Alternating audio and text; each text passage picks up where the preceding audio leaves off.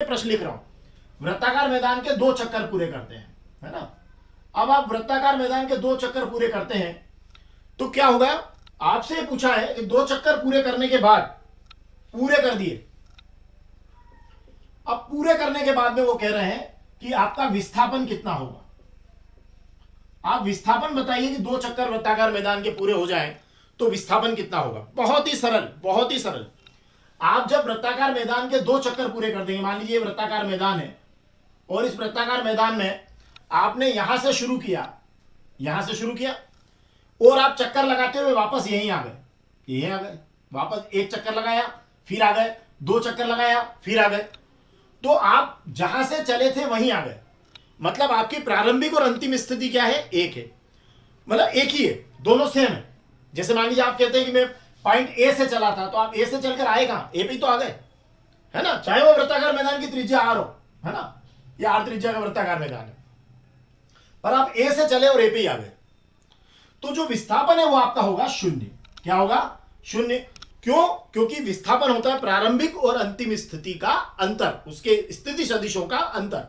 तो प्रारंभिक और अंतिम स्थिति एक ही, ए से चले ए पे ही आ गए, तो कोई विस्थापन नहीं है, तो विस्थापन आपका क्या हो गया, 0 हो गया। हाँ, अगर मान लीजिए प्रश्न में यहां पे पूछते कि दूरी कितनी हुई, तो आप फिर बता देंगे साहब 1 चक्कर की दूरी पाई आर है, 2 पाई आर है ना। 1 चक्कर की दूरी कितनी हो गई, 2 पाई आर। 2 चक्कर करा तो 2 गुणित 2 पाई आर, है ना, तो ये हो जाता 4 पाई आर। तो दूरी आपकी 4 पाई आर हो जाती। लेकिन विस्थापन 2 चक्कर करो, 10 चक्कर करो, 50 चक्कर करो, 100 चक्कर करो, अगर आप वहीं पे वापस आ गए तो आपका विस्थापन क्या है, 0 है। तो ये आपका फर्स्ट आपका क्वेश्चन है। अब इसमें बहुत छोटी छोटी बातें भी बीच बीच में मैं बताते चलूंगा कि किसी वस्तु को स्थिर अवस्था में कब कहा जाता है। अरे भैया, जैसे ये मान लीजिए ये आपका ये पेन है, अब ये पेन अभी मेरे हाथ में स्थिर अवस्था में, तो ये स्थिर अवस्था में कब कहा जाएगा, जब ये समय के साथ कोई मूवमेंट नहीं करे। अभी मैं इसको फेंक दूं तो समय के साथ ये मूवमेंट करेगा, तो समय के साथ अगर वो गति नहीं करता है तो स्थिर अवस्था, और समय के साथ गति कर ले तो गतिशील अवस्था। तो इसमें सिंपल पूछा जाता है कि आप कब स्थिति की अवस्था में, कब गतिशील अवस्था में। तो आप बोलिए कि अगर समय के साथ वस्तु में गति हो रही है तो गतिशील अवस्था, समय के साथ वस्तु में गति नहीं हो रही है स्थिर अवस्था है, स्थिर अवस्था है। ठीक है ना, तो ये सिंपल बात है। चलिए अब एक और छोटा प्रश्न, उसके साथ फिर मैं अगले आपके अंकित प्रश्न पर आऊंगा कि एक गाड़ी का ओडोमीटर क्या मापता है।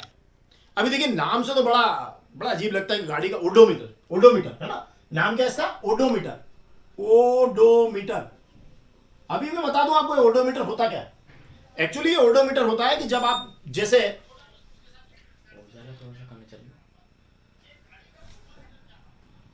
अब देखिए ओडोमीटर क्या होता है, उसको ये देखेंगे कि जो ओडोमीटर होता है वो जो आपकी गाड़ी, जैसे आप कोई आपने देखा होगा गाड़ी जब चल रही होती है तो आप जहां से आप शुरू करते हैं ना गाड़ी चलाना, तो आप देखते हैं 48 किलोमीटर लिखा है या 248 किलोमीटर लिखा है। ठीक है, आप थोड़ी देर बाद एक आधे घंटे बाद देखते हैं तो उस पर 296 किलोमीटर, मतलब आप चलते रहते हैं, फिर देखते हैं आप किसी एक जगह जाकर थोड़ी दूरी पर जाते हैं और फिर देखते हैं तो वहां पता चलता है 296 किलोमीटर लिखा है। इसका मतलब आपने 48 किलोमीटर की दूरी तय कर ली।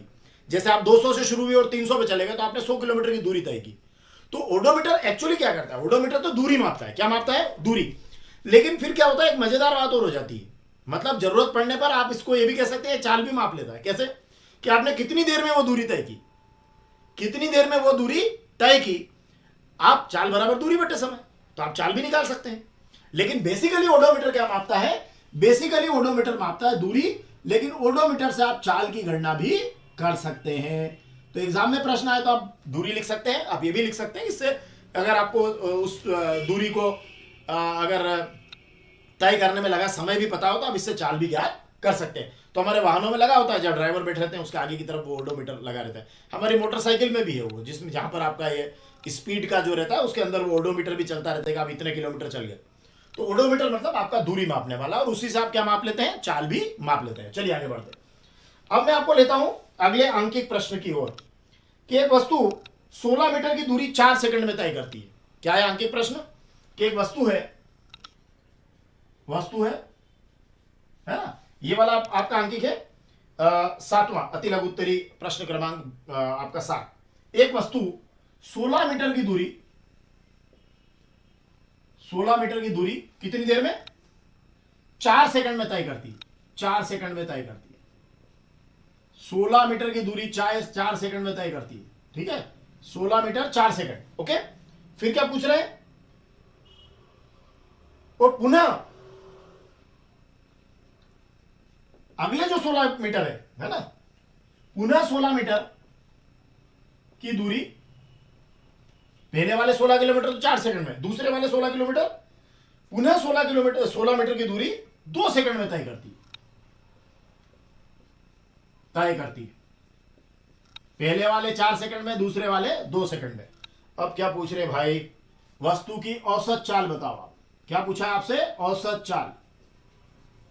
सिंपल बात ध्यान में रखो, चाल जब भी पूछी जाए दूरी बटे समय, आप पूछिए औसत चाल, क्योंकि दो बार दूरी दी है, दो बार समय दिया है, और पूछा गया है औसत चाल, तो जो पूछा है वहां से पकड़ के चलो। और चाल बराबर दूरी बटे समय का सूत्र याद रखो बेटा। क्या याद रखोगे, चाल बराबर दूरी बटे समय। अब औसत पूछिए तो औसत कर लेंगे, कोई बात नहीं। देखो पहले तो ये सूत्र याद रखो, चाल बराबर, मैं आपको सूत्र बनाना सिखाता हूं, दूरी बटे समय।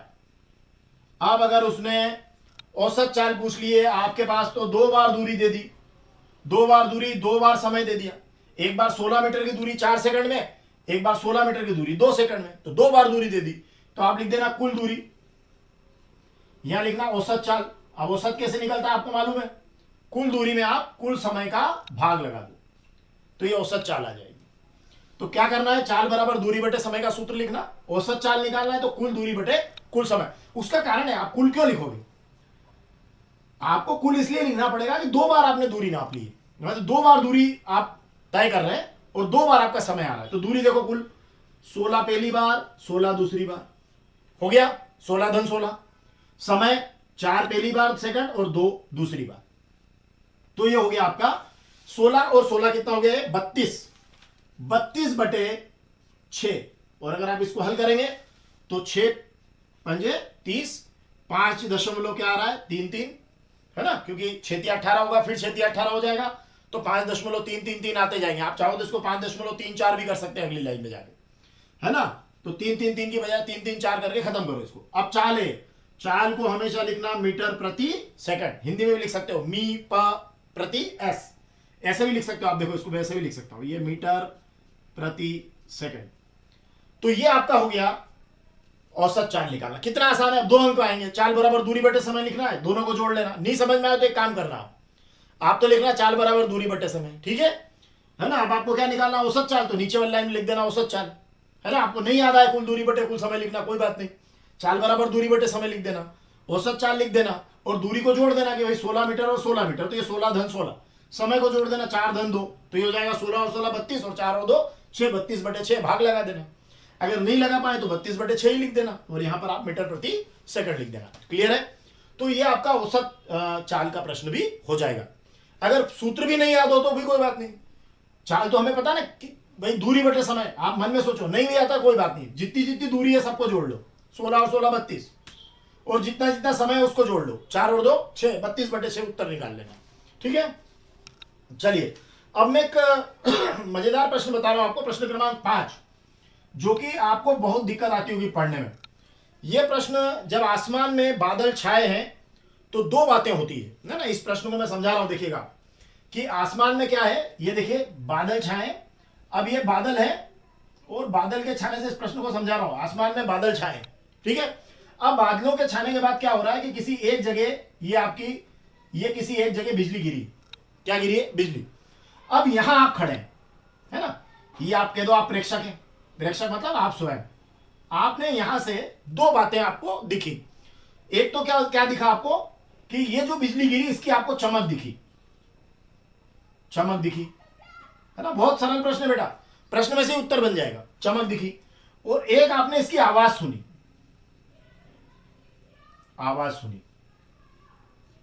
अब वो ये कह रहा है कि आपने चमक देखी और आवाज सुनी, पर आप कह रहे हो कि चमक पहले दिखी आवाज बाद में आई, ऐसा क्यों भाई। ये जो प्रकाश है, प्रकाश की चमक पहले दिखी या रोशनी पहले दिखी, है ना, और आवाज बाद में आई, ठीक है, मतलब ध्वनि बाद में आई।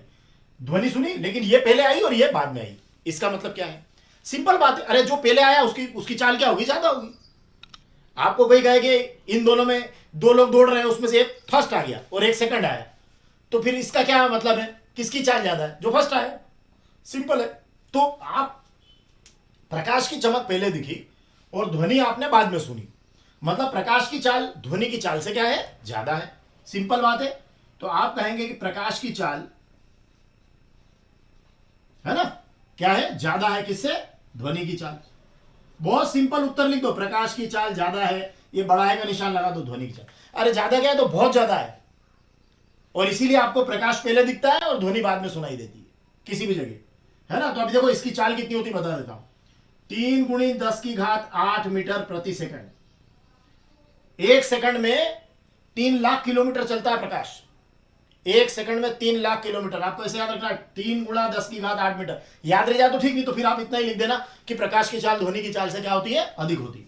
अब ध्वनि की चाल, तो ध्वनि की चाल तो प्रश्न में ही दे दिया आपको उसने, बहुत बढ़िया अच्छा काम किया उसने, शानदार काम किया। ध्वनि की चाल को प्रश्न में दिया है 346 मीटर प्रति सेकंड। मीटर प्रति सेकंड।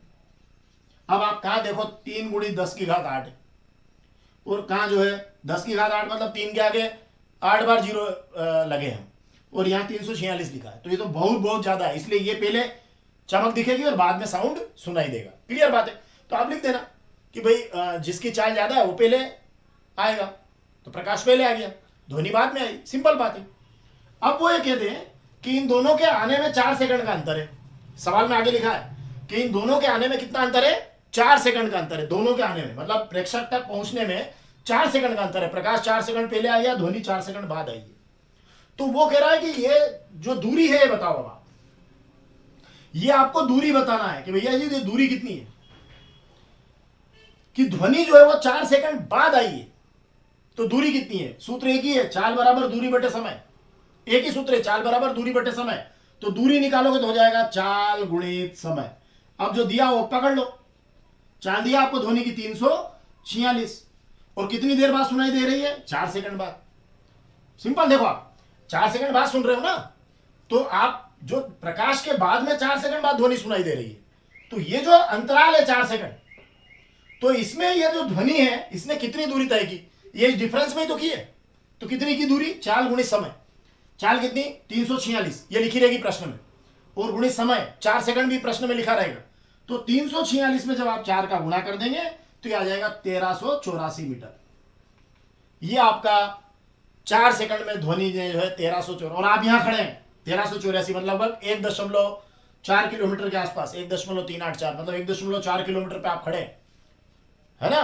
और आपको वो पता चला कि भाई प्रकाश तो पहले आ गया और ध्वनि जो है वो 4 सेकंड बाद सुनाई दी, तो उसकी दूरी निकालना चाल गुणित समय। वो जो चाल परीक्षा में दी रहेगी, अब आप ये सोचो चाल कौन सी, तो जो चाल परीक्षा में दे वही लिखना है, तो 346 रहेगी। फिर समय क्या? तो 4 सेकंड भी परीक्षा में दिया हुआ है, तो आपका दूरी बराबर चाल गुणित समय, 346 गुणित 4 तो हो जाएगा 1384 मीटर। तो इस तरीके से आप ये प्रश्न भी इसमें कर पाएंगे। तो अध्याय 8 के आपके सारे प्रश्न मैंने कर दिए, मतलब अंकित प्रश्न सारे मैंने कर दिए। हाँ, जरूरत पड़ी तो मैं आपके साथ में आईएमपी प्रश्नों की क्लास लूंगा। अभी है ना बहुत सारी क्लासेस मेरी बाकी है, मैं आईएमपी क्वेश्चंस की क्लास लूंगा, लेकिन पहले आप ये अंकित प्रश्नों की इसलिए क्योंकि ये आपको थोड़ा डिफिकल्ट पड़ते हैं। तो एक एक बार आप प्रैक्टिस करके इनको देख लेंगे तो आपका काम बन जाएगा। आप चाहे तो स्क्रीनशॉट कर लीजिएगा, ठीक है, या फिर दोबारा कभी एक बार और सुन लीजिएगा तो आपका काम हो जाएगा। तो मैं इसको हटाने जा रहा हूं, हटा दूं, है ना। चलिए, क्योंकि मुझे आगे और भी प्रश्न आपके साथ लेना है। अध्याय 8 में आपके बेसिकली ये 3 प्रश्न अंकित प्रश्न है, और तीनों प्रश्नों में से कोई अंकित आपको 2 अंक में। ये पहला वाला तो वृत्ताकार मैदान के 2 चक्कर पूरे करे तो विस्थापन कितना होगा? तो 0। 4 चक्कर पूरा करता तो भी 0, है ना। तो ये तो 1 नंबर का है, और ये दोनों प्रश्न आपके 2-2 अंक के हैं। तो इसमें से कोई एक आएगा, जैसे या तो वो कह देगा कि प्रकाश की चमक पहले दिखी और ध्वनि बाद में सुनाई दी, है ना, तो बताइए ऐसा क्यों हुआ? तो आप कह देना प्रकाश की चाल ध्वनि की चाल से ज्यादा होती, खत्म 2 अंक। और बता भी सकते हो चाहो तो कि ये प्रकाश की चाल इतनी है, ध्वनि कितनी है। अब वो कहते हैं कि 4 सेकंड में कितनी दूरी तय की, तो दूरी बराबर लिख देना चाल गुणित समय। ये चाल आपको परीक्षा में दी रहेगी 346, उसमें केवल 346 भी दिया रहेगा, 4 भी दिया रहेगा, दोनों का आपस में गुणा कर देना बस, तो ये 1384 मीटर आ जाएगी। ठीक है, चलिए आगे बढ़े। चलिए नेक्स्ट, अब आपका लेते हैं हम अध्याय, अगला अध्याय ले रहे हैं 9, है ना। तो अध्याय 9 के मैं आपको प्रश्न बता रहा हूं। देखिए इसमें क्या है, एक बात ध्यान दीजिए, चाल जो है, चाल होता है चाल बराबर दूरी बटे समय। इसका मतलब अगर इस पार्ट के आपको अंकित करना है तो इस सूत्र को आपको याद रखना पड़ेगा, चाल बराबर दूरी बटे समय। बस जिसको ये याद है वो दूरी भी निकाल लेगा, क्रॉस गुणा कर लेगा, दूरी बराबर चाल गुणित समय हो जाएगा। तो चाल बराबर दूरी बटे समय, याद रखो सारा काम हो जाएगा, बहुत बढ़िया से अच्छे से निपट जाएगा। चाल बराबर दूरी बटे समय, और प्रश्न में वो मान दिए रहेंगे, है ना, जैसे दूरी निकालना है तो चाल और समय दिए रहेंगे। हाँ, लेकिन अगर आप वृत्ताकार मैदान में चक्कर लगा रहे हैं और वो पूछे कि आप जिस बिंदु से चले थे उसी बिंदु पर पूरा चक्कर लगा लिया, पूरा चक्कर लगा के तो वापस वही आ गए ना, तो पूरा चक्कर लगा लेंगे तो विस्थापन 0। लेकिन एक चक्कर की दूरी होगी बेटा वृत्त की परिधि 2πr, तो दूरी होती है एक चक्कर की 2πr, 2 चक्कर की 2 गुणित 2πr, है ना। लेकिन विस्थापन 1 चक्कर, 2 चक्कर, 10 चक्कर, 100 चक्कर, 0 ही होगा। चलिए अब आगे बढ़ते हैं। अब समय मिलेगा तो मैं इसका प्रश्न क्रमांक 1 जरूर कराऊंगा, ट्रैक वाला, नहीं तो फिर मैं आपको ग्रुप में जरूर इसको शेयर कर दूंगा, ट्रैक वाले को। अब मैं आपके साथ शेयर कर रहा हूं, ये आपका जो अगला हमारा चैप्टर है वो है अध्याय 9 बल एवं गति के नियम। तो अध्याय 9 में 2 प्रश्न आपके अंकित हैं, 2 ही अंकित हैं, इन 2 में से आपको एक कोई अंकित मिलने की संभावना है। तो ये आप देखें, इसमें 2 अंकित हैं, और सबसे बड़ी मजेदार बात बताने वाला हूं मैं अब आपको।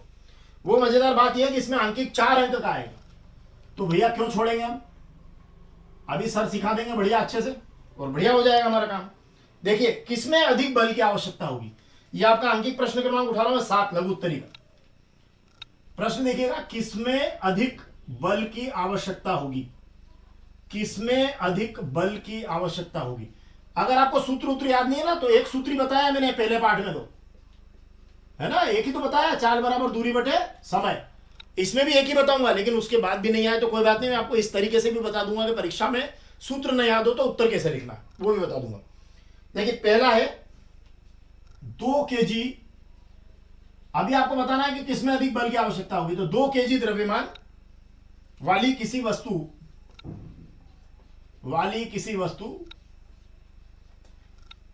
2 kg द्रव्यमान वाली किसी वस्तु को 5 मीटर प्रति सेकंड वर्ग की दर से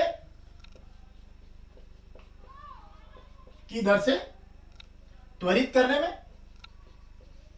अरे जितना बड़ा प्रश्न है ना उससे छोटा उत्तर, त्वरित करने में। या देखिए ये तो एक पहला केस हो गया कि आपकी 2 किलोग्राम द्रव्यमान की वस्तु है, उसको 5 मीटर प्रति सेकंड वर्ग, 5 मीटर प्रति सेकंड स्क्वायर की दर से त्वरित करने पर। या दूसरा है, उसने कहा कि 2 किलोग्राम की जगह उसने किलोग्राम बदल दिया, 4 किलोग्राम क्या कर दिया उसने, और ये ऐसा कैसा लिखा हुआ है इसलिए मैं डबल नहीं लिख रहा हूं। 4 किलोग्राम द्रव्यमान की किसी वस्तु को कितने त्वरण से, 2 मीटर प्रति सेकंड की दर से त्वरित करने में। देखो एक बात यहां पे दी है, आप इसको ध्यान से देखें जरा।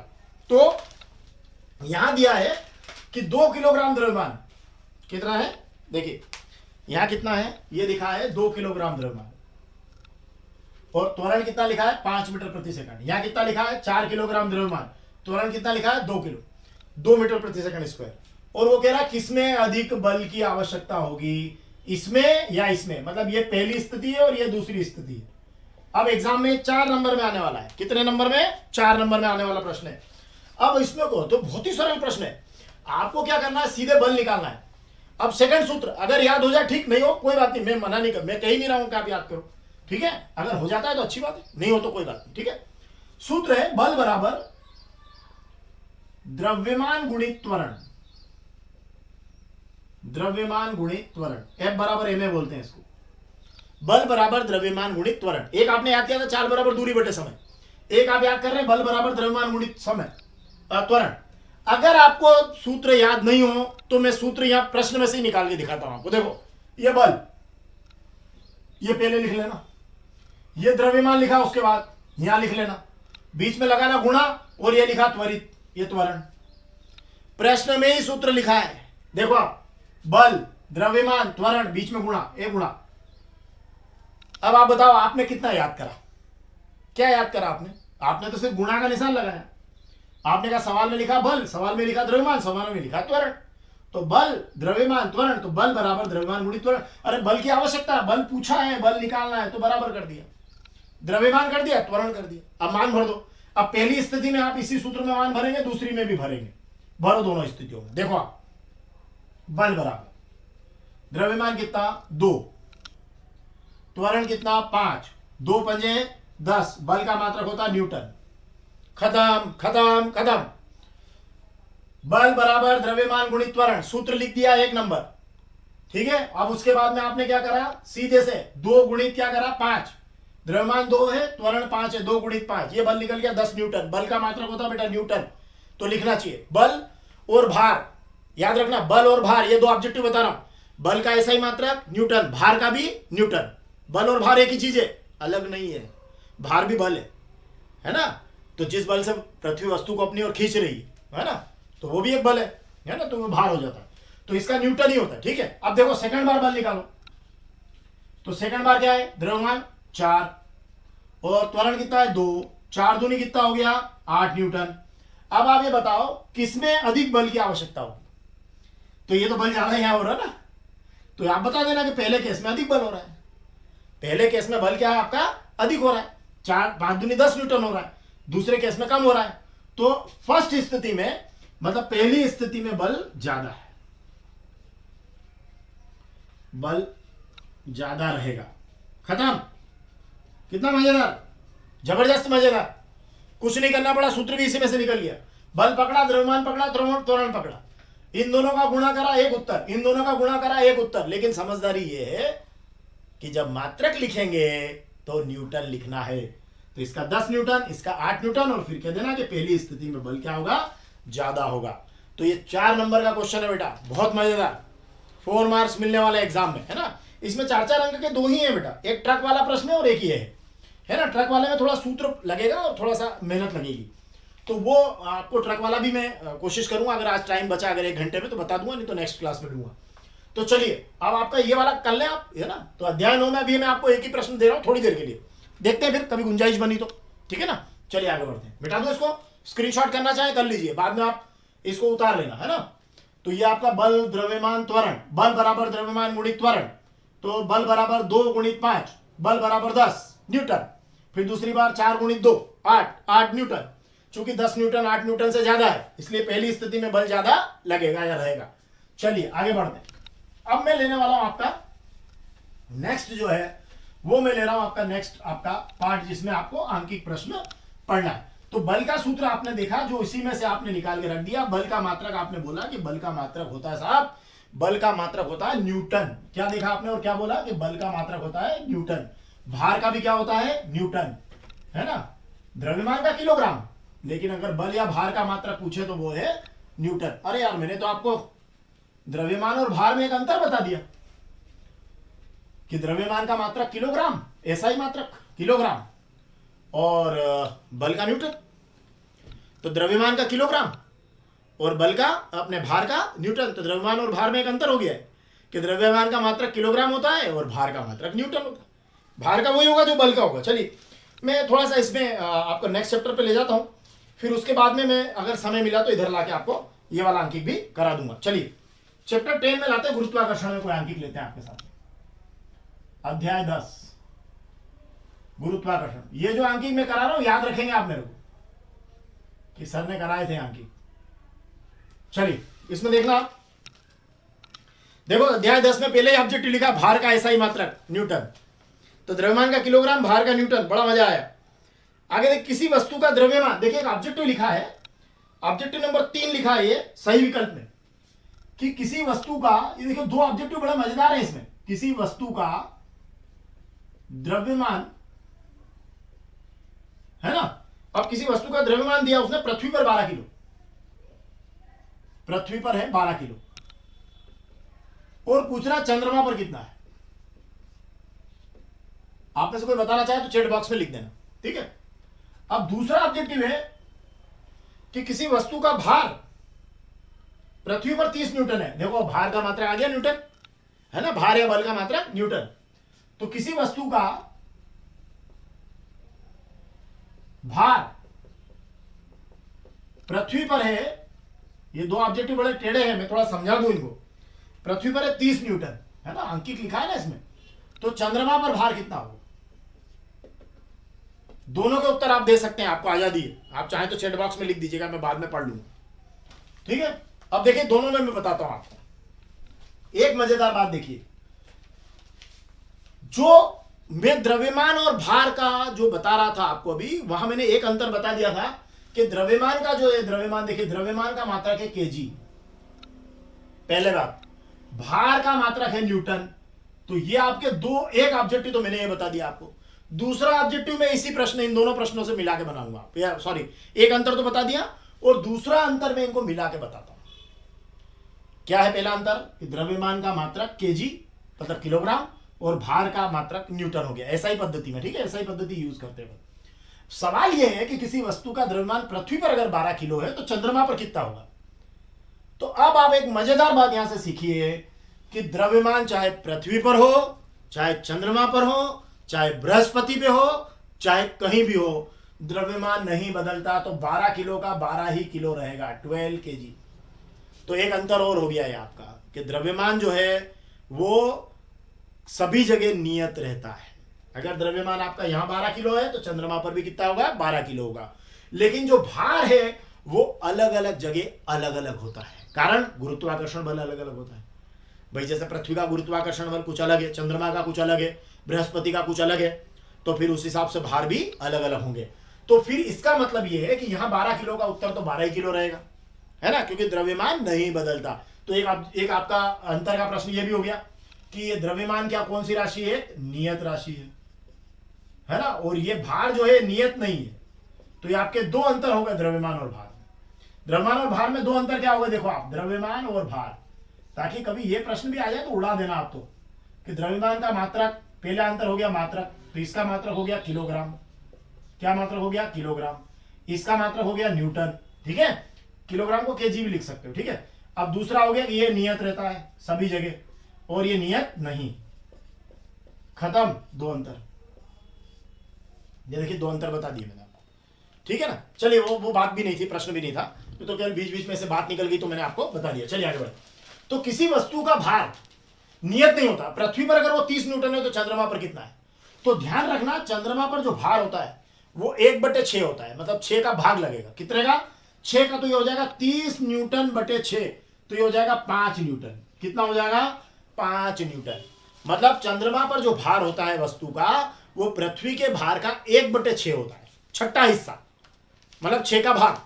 चंद्रमा पर भार निकालना हो तो 6 का भाग, और चंद्रमा से पृथ्वी पर निकालना हो तो 6 का क्या करना पड़ेगा? गुणा करना पड़ेगा। तो 30 न्यूटन है तो 6 का भाग लगाओ तो 5 न्यूटन रह जाएगा चंद्रमा पे। तो 30 का रह गया 5, 6 का भाग लगाना। भार में, द्रव्यमान में कोई भी चेंज नहीं होगा। तो ये दो ऑब्जेक्टिव, अंकित ऑब्जेक्टिव लिखे हैं आपके इसमें, ये मैंने आपको करा दिए हैं। चलिए मैं इसके बाद इसके प्रश्न पर आता हूं। प्रश्न बहुत महत्वपूर्ण प्रश्न लेने जा रहा हूं मैं, है ना, और यहां से मैंने द्रव्यमान और भार में आपको दो अंतर भी बता दिए, ठीक है ना। चलिए आगे बढ़ते हैं। एक प्रश्न है आपका कि 50 ग्राम के किसी पदार्थ का आयतन, है ना, ये इसी में एक और आंकिक प्रश्न आ रहा है, 13वां प्रश्न है। 50 ग्राम के किसी पदार्थ का आयतन, भले आप चाहो तो वैसा वैसा लिख लेना जैसा परीक्षा में लिखा है, वहां प्रश्न में लिखा है, जी लिख दो, ग्राम हो गया, ठीक है, केजी होता तो किलोग्राम हो जाता। 50 ग्राम के किसी पदार्थ का आयतन, बहुत सरल तरीके से बताऊंगा मैं इसको, किसी पदार्थ का आयतन, मैं पूरा प्रश्न लिख रहा हूं आपके लिए ताकि आप कोई कंफ्यूजन आपके मन में नहीं रहे, का आयतन 20 सेंटीमीटर क्यूब है, ठीक है। यदि पानी का घनत्व, प्रश्न में ही हिंट लिखी रहती है बहुत जबरदस्त, यदि पानी का घनत्व 1 ग्राम 1 जी सेंटीमीटर क्यूब हो तो पदार्थ पानी में डूबेगा कि तैरेगा? अरे भैया अभी बता देते हैं, आधा उत्तर तो उसमें लिखा है, और सूत्र में कोई याद करवाऊंगा नहीं, अभी भी नहीं कराया तो अब क्या कराऊंगा। देखिए आप, 50 ग्राम के पदार्थ, 50 ग्राम के किसी पदार्थ का आयतन जो है वो 20 सेंटीमीटर क्यूब है ना। यदि पानी का घनत्व 1 ग्राम प्रति सेंटीमीटर क्यूब हो तो पदार्थ पानी में डूबेगा कि तैरेगा? अब ध्यान से देखना, ये दे रखा है 50 ग्राम, तो ग्राम में क्या आता है? द्रव्यमान। ये आयतन दे रखा है 20, तो ये द्रव्यमान और ये आयतन, और ये पानी का घनत्व दे रखा है, ये पदार्थ का घनत्व है। तो पदार्थ का घनत्व निकालना अपने को, है ना, 50 ग्राम का पदार्थ है, आयतन 20 है।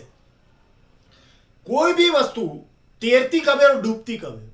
अगर वस्तु का घनत्व पानी के घनत्व से ज्यादा हो गया तो डूब जाएगी।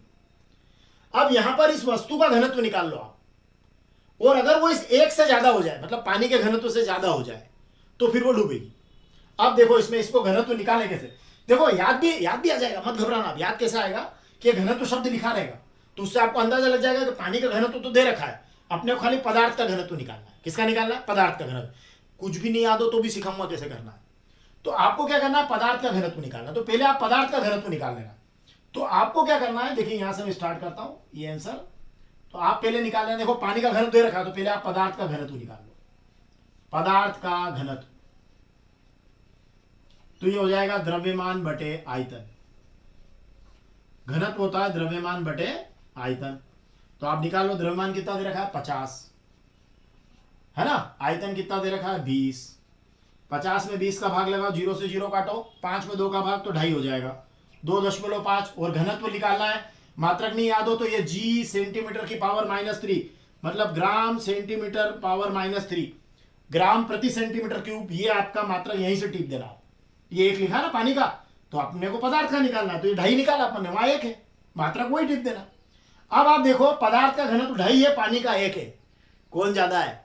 आपके पदार्थ का जो घनत्व है, दिख रहा है? हाँ, पदार्थ का घनत्व ज्यादा है पानी के घनत्व से। अब पदार्थ का घनत्व ज्यादा है पानी के घनत्व से, मतलब वो डूबेगा। सीधी सी बात है, क्या होगा? वो डूब जाएगा। तो पदार्थ का घनत्व अगर पानी के घनत्व ज्यादा है तो डूब जाएगा।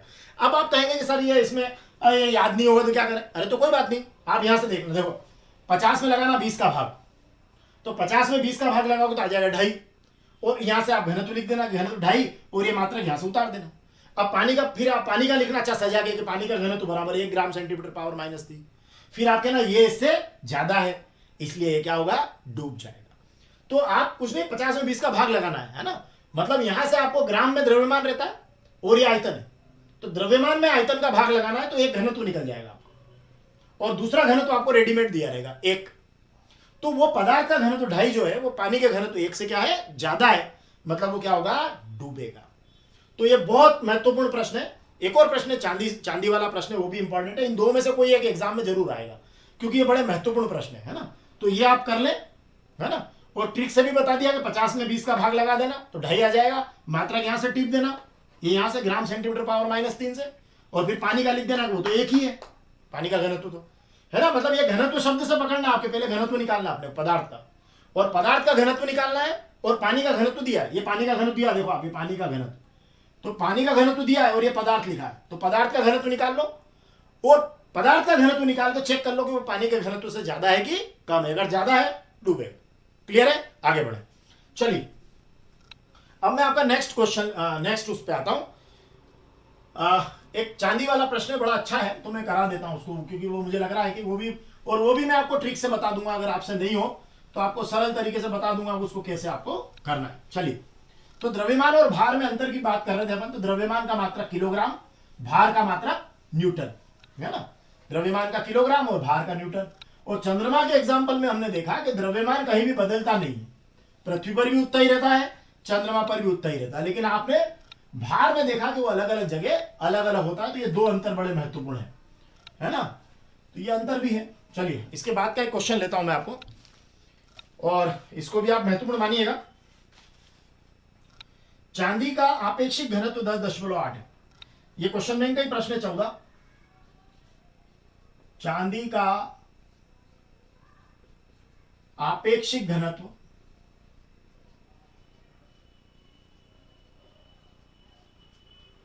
10.8 है, 10.8 है। कुछ बच्चे कह रहे थे सर वो प्रश्न बैंक जो है वो ज्यादा सक्सेसफुल नहीं हो रही है 10 और 12 में, तो 9 और 11 में क्या होगा। तो मेरा ऐसा मानना है कि बहुत अच्छे प्रश्न है, और इसको चूंकि लोक शिक्षण संचालनालय ने जारी किया बड़ी मेहनत के साथ, और 9 और 11 की दृष्टि से ये बड़े महत्वपूर्ण प्रश्न रहेंगे।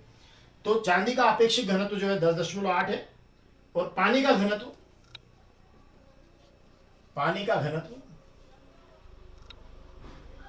ये लिखा है, पानी का घनत्व दिया है 10⁻³ kg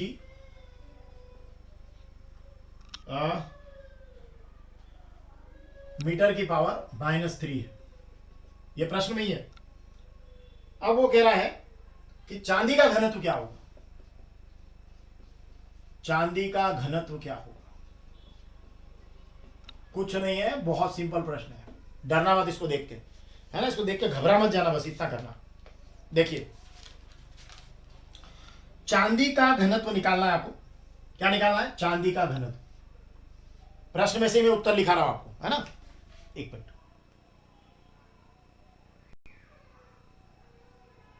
ओके, यस, चांदी का घनत्व निकालना है, ठीक है। और चांदी का घनत्व निकालना है, और क्या क्या दिया है? चांदी का आपेक्षिक घनत्व दिया है और पानी का घनत्व दिया है। आपको मैं एक ट्रिक बता देता हूं, है ना। ट्रिक ये है कि जो चांदी का घनत्व निकालना है, इसकी ट्रिक बताता हूं। इसके घनत्व में इसके घनत्व का गुणा कर देना। आप तो सिंपली देखो, आप चांदी का घनत्व निकालना, देखिए उत्तर आप, है ना। फिर आया कैसे भी बताऊंगा। देखो मैं, चांदी का घनत्व जो पूछा वो लिख दिया, जो पूछा वो लिख दिया, लगाया बराबर का निशान, तो ये हो गया चांदी का घनत्व, है ना। ओके, तो चांदी का घनत्व हो गया, और यहां से टिपो आप चांदी का आपेक्षिक घनत्व।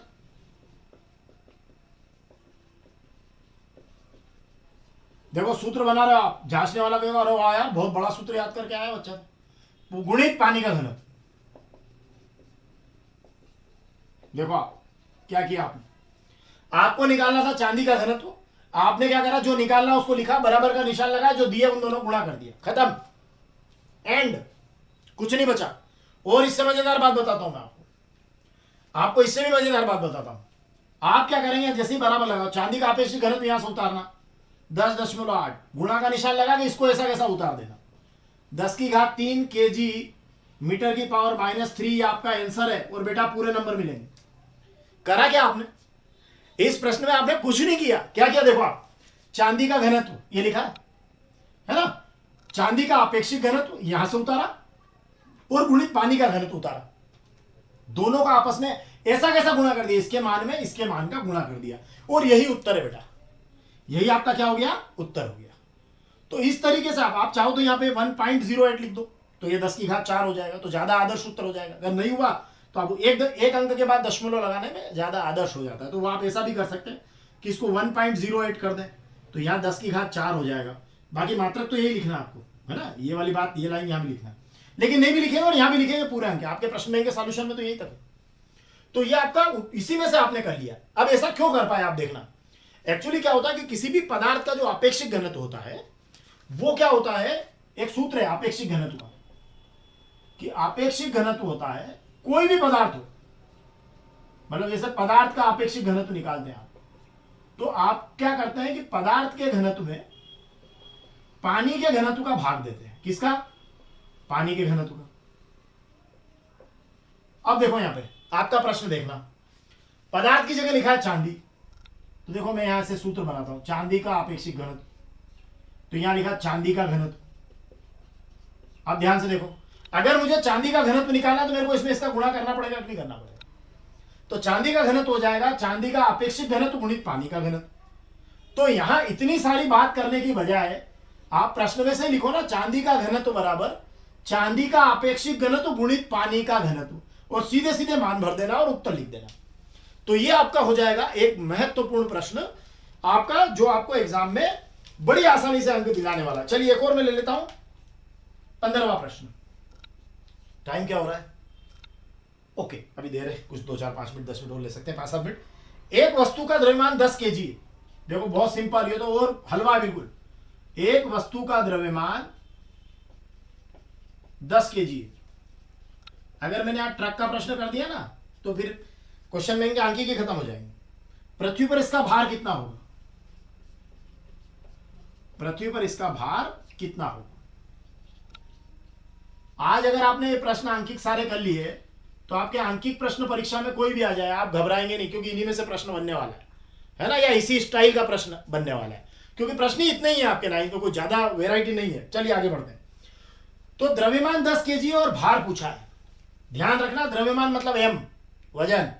तो देखना भार पूछा है, देखो भार, तो आप ये भी कर सकते हैं कि अगर सूत्र याद नहीं हो तो भार बराबर लिख देना द्रव्यमान, यहीं से टिपना प्रश्न में से, द्रव्यमान टिप दिया और गुणित जी लिख देना, गुरुत्वीय त्वरण।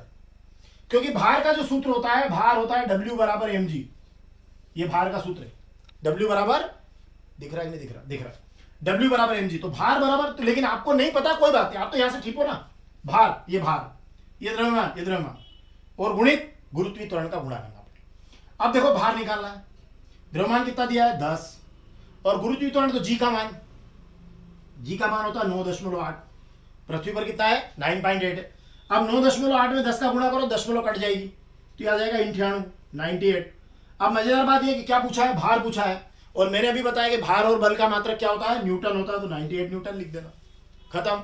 मात्रक सहित लिखना बेटा, मजा आएगा, 2 अंक पूरे मिलेंगे। देखो द्रव्यमान दिया है और भार पूछा है, तो भार को लिखना, जो पूछा है हमेशा वो लिखते हैं। जैसे आपसे पूछा कि चांदी का घनत्व बताओ, तो चांदी का घनत्व लिखना पड़ेगा, तो चांदी का घनत्व बराबर। ऐसे ही आपसे क्या पूछा, भार कितना, तो भार बराबर लिखो, डरो मत, लिखना है एक बार। तो यहां से फिर देखना क्या दिया है, तो दिया द्रव्यमान, तो वो भी लिख देना, जी का गुणा कर देना, है ना। तो आपका ये द्रव्यमान और भार में एक अंतर यहां और हो गया कि द्रव्यमान केवल m होता है और भार mg होता है, ये एक अंतर और हो गया कि द्रव्यमान m और भार mg, द्रव्यमान m हो गया और भार क्या हो गया, mg हो गया। तो ये बहुत सरल है, आपको ये यहां से भी इसको आप कर सकते हैं। तो मेरे ख्याल से बहुत अच्छा आपका हो गया है। और वो ट्रक वाला प्रश्न कर देता हूं, तो ये आपके क्वेश्चन बैंक के सारे ही मतलब कहते हैं ना कि सारे के सारे आंकिक प्रश्न आपके हल हो जाएंगे। मुझे तो अभी बहुत सारे आईएमपी प्रश्न भी आपको पढ़ाना है। एक बार मैं भी आईएमपी पढ़ाना चाहता हूं आपको, सारे महत्वपूर्ण प्रश्न नवी के। तो मैं आपकी अगली लाइव क्लास की लिंक भी ग्रुप में डालूंगा, है ना। तो 2 व्हाट्सएप के ग्रुप भी बना रखे हैं, उनमें भी डाल दूंगा। और आप चैनल पर अगर आप जाते हैं, चैनल को अगर आप लेकर रखते हैं, है ना, मैं यही कहूंगा कि आप चैनल को जरा सब्सक्राइब कर लें, ताकि उससे आपको इन्फॉर्मेशन मिलती रहे। उसमें कोई पैसे तो लगते नहीं, लेकिन अगली क्लास की सूचना आपको मिल जाएगी कि अगली लाइव क्लास कब है। तो आप उस लाइव क्लास से जुड़कर ये 9th की साइंस को समझ पाएंगे, है ना। तो चलिए आगे बढ़ते हैं। थोड़ा सा ये थोड़ा बोर्ड का फिनिशिंग बिगड़ रहा है, चले कोई बात नहीं, हमको तो हमारा काम करना है। तो द्रव्यमान का मात्रक किलोग्राम, भार का मात्रक न्यूटन, ठीक है। द्रव्यमान सभी जगह एक जैसा होता है, भार अलग अलग जगह अलग अलग होता है। द्रव्यमान को m से व्यक्त करते हैं, भार को mg से व्यक्त करते हैं। भैया जी 3 अंतर बोल दिए मैंने। चलिए आगे बढ़ते हैं। तो एक प्रश्न मैंने कहा था वो ट्रक वाला जो है वो बताना है, तो वो मैं आपको जरूर बताना चाहूंगा, ठीक है। और ये आज का अंतिम प्रश्न होगा हमारा, और उसके बाद में आपकी अगली लाइव क्लास की सूचना आपको चैनल पर मिलेगी। तो एक ट्रक विराम अवस्था से, और देखो जिसको भी एडवेंचर पसंद है, मजा पसंद है, आनंद पसंद है, और साइंस का क्या यूज है ये पसंद है, तो इस प्रश्न को जरूर देखना। एक ट्रक विराम अवस्था से, ये आपका कौन से पाठ का है, 4 अंक का है, ये आपका अध्याय 9 का है ना बेटा। कौन सा अध्याय का है, अध्याय 9 का। और कितनी कैपेसिटी में है, 4 अंक की कैपेसिटी में। 4 अंक की कैपेसिटी में एक प्रश्न करा चुका हूं अध्याय 9 का, वो बल निकालने वाला। तो एक ट्रक विराम अवस्था से, एक ट्रक विराम अवस्था से किसी पहाड़ी से लुढ़कना आरंभ करता है। क्या करता है, किसी पहाड़ी से लुढ़कना आरंभ करता है। मतलब एक ट्रक है जो विराम अवस्था में था, लेकिन पहाड़ी से क्या करता है कि लुढ़कना आरंभ करता है। मतलब हो सकता है जैसे आपने उसमें ओट वोट लगा रखी हो, तो वो क्या हुआ, जैसे पहाड़ी है तो इस पहाड़ी पर ये ट्रक खड़ा होगा, तो ट्रक खड़ा होगा तो क्या हुआ होगा, ये ओट हट गई होगी, तो ट्रक ने लुढ़कना शुरू कर दिया होगा, ठीक है। तो अब क्या करना है आपको देखेंगे आप। लुढ़कना आरंभ करता है, एक मिनट जरा पेन यूज कर लेता हूं, ओके। तो लुढ़कना आरंभ करता है, अब क्या लिखा है, नियत त्वरण से लुढ़कना आरंभ करता है, ठीक है, ओके। यह 20 सेकंड में हिंदी में लिख देता हूं सेकंड, 20 सेकंड में 400 मीटर की दूरी तय करता है। कितनी दूरी, 400 मीटर की दूरी तय करता है। जब सारे प्रश्न कर लो तब ये करना, आज के सारे कर लो उसके बाद ये करना है ना, क्योंकि इसमें कुछ सूत्र आपको याद करना पड़ेगा। इसका त्वरण ज्ञात करो, क्या निकालना है, त्वरण। इसका त्वरण ज्ञात करो, तो एक तो त्वरण निकालना है, दूसरा क्या निकालना है वो भी बताता हूं। दूसरा है अगर इसका द्रव्यमान मतलब 60 टन भरा है, इसमें कितना माल भरा है, 7 टन माल भरा है, तो अगर इसका द्रव्यमान, तभी तो वो ढील गई, 7 टन है ना, कितना है, 7 टन है, तो बल बताओ। तो बल की भी गणना करना है, तो दो चीज निकालना है। दो चीज क्या क्या निकालना, देखो आप, एक चीज तो आपको निकालना है त्वरण, एक निकालना बल, मतलब एक निकालना है त्वरण और एक निकालना है बल। अब देखिए आपको सिखाता हूं मैं। एक ट्रक विराम अवस्था से किसी पहाड़ी से लुढ़का, साहब विराम अवस्था में था। विराम अवस्था का मतलब यह होता है, किसी की भी विराम अवस्था है, इसका मतलब यह है कि उसका समय के साथ उसकी स्थिति नहीं बदल रही है ना, तो विराम अवस्था कहते हैं। तो शुरू में वो विराम अवस्था में है, तो उसका जो प्रारंभिक वेग है u, वो है 0। ये 0 कहां से लिखा आपने, वो विराम अवस्था, इस शब्द के कारण आपने 0 लिख दिया उसको कि विराम अवस्था में, तो विराम अवस्था में u 0 हो गया, है ना। किसी पहाड़ी से लुढ़का 20 सेकंड, ये तो टाइम है भैया, तो t लिख दो, 20 सेकंड, है ना। जिन बच्चों समझे हो जरूर करना। और 400 मीटर की दूरी तय करता, तो s हो गया 400 मीटर, 400 मीटर, ये 3 मान दे दिया आपको। और त्वरण पूछा है, मतलब आपको a का मान पूछा है। क्या पूछा है, a का मान। तो जो दूरी का आपका जो गति का दूसरा समीकरण है, उसको आपको यूज करना पड़ेगा, s बराबर ut धन 1/2 at स्क्वायर। ये गति का दूसरा समीकरण है बेटा, इसको आप अच्छे से याद करें। s is equal to ut plus half at square. Hindi में बोलना है s बराबर ut धन 1/2 at वर्ग। ये अगर आपको याद, देखो ut और s ये दे रखे हैं, और आपको त्वरण पूछा है, मतलब a पूछा है, a निकालना है। क्या निकालना है, a। अगर ये सूत्र आपको याद है, आप a निकाल देंगे, ठीक है।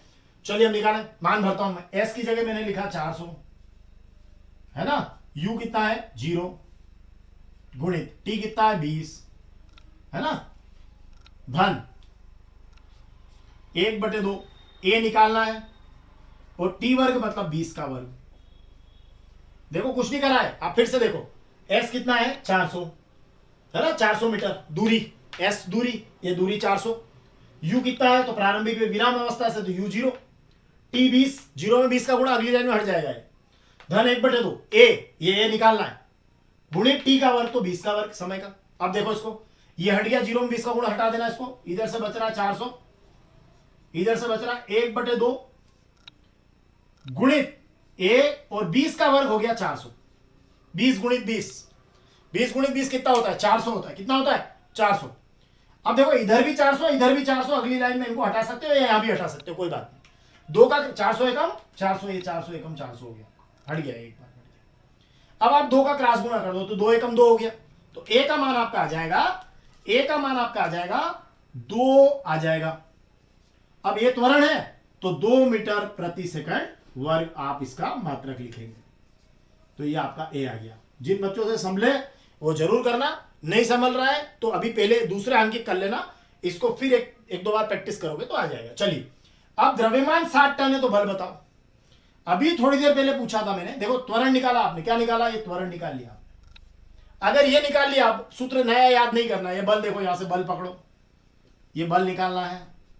क्या दिया है, द्रव्यमान दिया है, और अभियाल आपने क्या निकाला है, त्वरण निकाला। ये हो रहा त्वरण आपके सामने, तो बल बराबर द्रव्यमान गुणित त्वरण। कोई नया सूत्र नहीं याद करना है, सूत्र केवल मैंने एक ही बताया, ये वाला, नया सूत्र कुछ नहीं, यहीं से कर दिया। देखो बल बराबर, बल पूछा, द्रव्यमान और गुणित त्वरण, द्रव्यमान गुणित त्वरण। देखो बल द्रव्यमान त्वरण, ठीक है, ये त्वरण आप निकालेंगे इस सूत्र से।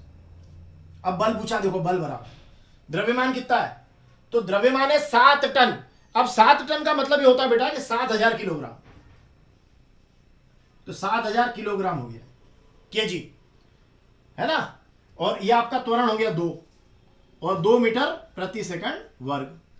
मात्रक नहीं लिखो तो भी चलेगा, कोई बात नहीं, आप 7000 गुणित 2 लिख देना, पर 7 मत लिख देना, 7 टन मत लिख देना ना, 7000 केजी लिखना है। 7000 भी लिख दोगे तो कोई बात नहीं, वो अपने आप समझ में आ जाएगा कि आपने उसको केजी में बदल लिया है। अब 7000 में 2 का गुणा तो हो जाएगा 14000। अब ये बल है, और बल और भार का मात्रक मैंने आपको बता रखा है न्यूटन होता है, तो 14000 न्यूटन आप इसको लिख दीजिएगा, तो ये आपका सही हो जाएगा।